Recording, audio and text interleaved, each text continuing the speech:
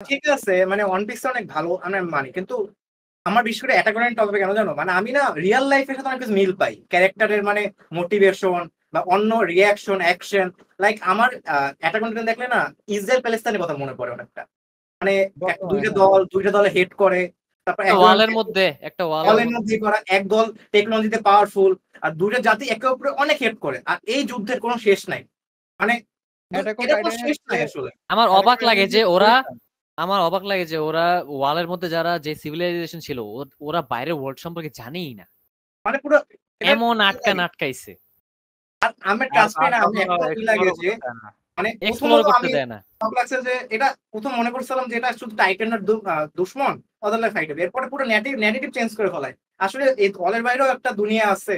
এগুলো আমার এত ভালো লাগছে, এখনো আমার খুব ভালো বলি লাগে।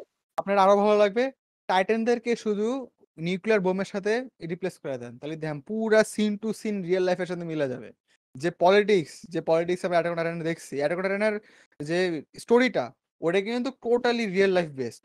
আমার কোনো কিন্তু এমন আছে আমাদের এই শোনেন অ্যানিমে যেটা আমরা বলি, শোনেন অ্যানিমে আমাদেরকে হোপ দেয়, যেটা ওয়ান পিস আমাদেরকে হোপ দেয়, হোপলেস করে না।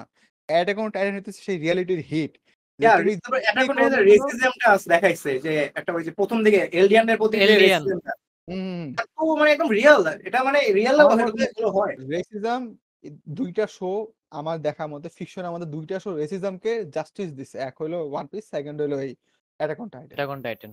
তারপরে ওয়ান পিস এটা একটা জিনিস ভালো লাগছে আমার, এই যে একদম এন্ডিং এ দেখাইছে যে মানে যুদ্ধ টাইমে আবার শুরু হয়ে গেছে, মানুষের যে স্বভাবটাই এরকম। সাইকেল আসলে এলিয়েন সমস্যা না, যুদ্ধ হবেই, মানে মানুষের একটা জাস্ট রিজন লাগবে যুদ্ধ করার জন্য, মানে এটা মানুষের স্বভাব যুদ্ধ করা, এটা হ্যাঁ হবেই। মানে মানুষের আমি বলি মানুষের স্বভাব হিংসা করা, মানুষের স্বভাব এটা থামবে কি না। বলে, এটা কখনো থামবে না মানুষ যতদিন এর আছে। জন্যই এর জন্যই মানুষ কেউ আমাকে আজ পর্যন্ত আমার টপ 5 ভিলেন জিজ্ঞেস করে নাই, ঠিক আছে? আমার টপ 5 এর মধ্যে এক নম্বরে যে ভিলেনটা আছে ওর ইটস পেইন ফ্রম নারুটো। ওই যে কথাগুলা এই, বলছে, তোমার এক এক পেইন হলে কেমনে তোমার এক না গ্রিফিথ? সরি আরে আমি অ্যানিমের দিকে কাউন্ট করতেছিলাম। গ্রিফিথ তুমি তো পুরো বাদ হয়ে গেছো ওই জায়গায়, সরো।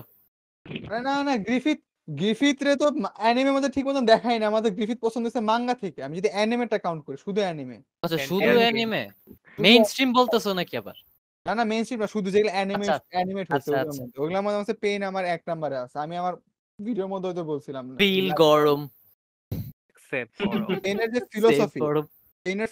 দেখার পরে আমি অনেকদিন এত চিন্তার মধ্যে পড়ে গেছিলাম যে ওই যেটা বলছে, এখন এখন আমি উল্টা দিকে গেলেও দোষ, ওর দিকে গেলেও তো রিয়েলিস্টিক না। যে এমন ফরগিভনেস এরা শুধু থরফিন ছাড়া কে দিবে এটা আমি জানি না।